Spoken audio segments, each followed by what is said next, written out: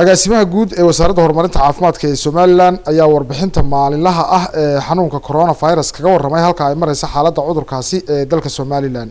agaasimaha guud waxa uu tilmaamay ka bixiyay siyaabaha aynu xakameyn karno waxaana hadalladii agaasimaha guud ee wasaaradda horumarinta caafimaadka ee Somaliland Dr. Maxamed Cabdi Xergeeye kamid ahaa. waxaan maanta mar labaad aynu iskugu nimi warkeenii briefingka ahaa ee wasaaradda horumarinta caafimaadku maalinlaha ahaa ay bixin jirtay.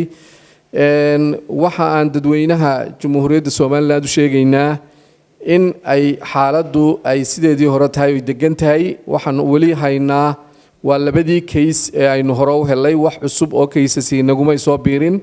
labada case-na waa laba case oo ladan oo alxamdulillah caafimaadkoodu hadda wanaagsan yahay. waxa kale oo aan jecelahay inaan dadweynaha u iftiimino inaan wadno surveillance oo ah dadkii laga helay ama halkan lagaga helo ama meelaha kale aynu xiriir kale ama wadamada kale ee aynu jaarka nahay dad ina soo maray haddii ay jiraan inaanu daba soconno oo aanu dabagal ku hayno dadkii ay la kulmeen qofkii positive marka qofkii lagu dhawaaqo ee positive noqda iyo qofkii iska shakiyaaba waxa uu la soo xiriirayaa wasaaradda horumarinta caafimaadka si loo taskareeyo oo loo ogaado inuu jiro xanuunkaasi iyo in kale.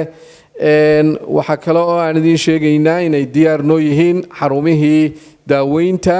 wali qof u baahday inaanu cusbitaal geynaa ma jiro. labadii qof ee horeba way caafimaad qabaan.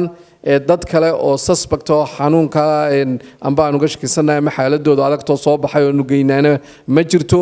laakiin waa diyaar cusbitaaladii aynu u diyaarinay in lagu daaweeyo haddii ay soo baxaan cases u baahan in cusbitaalada la geeyo.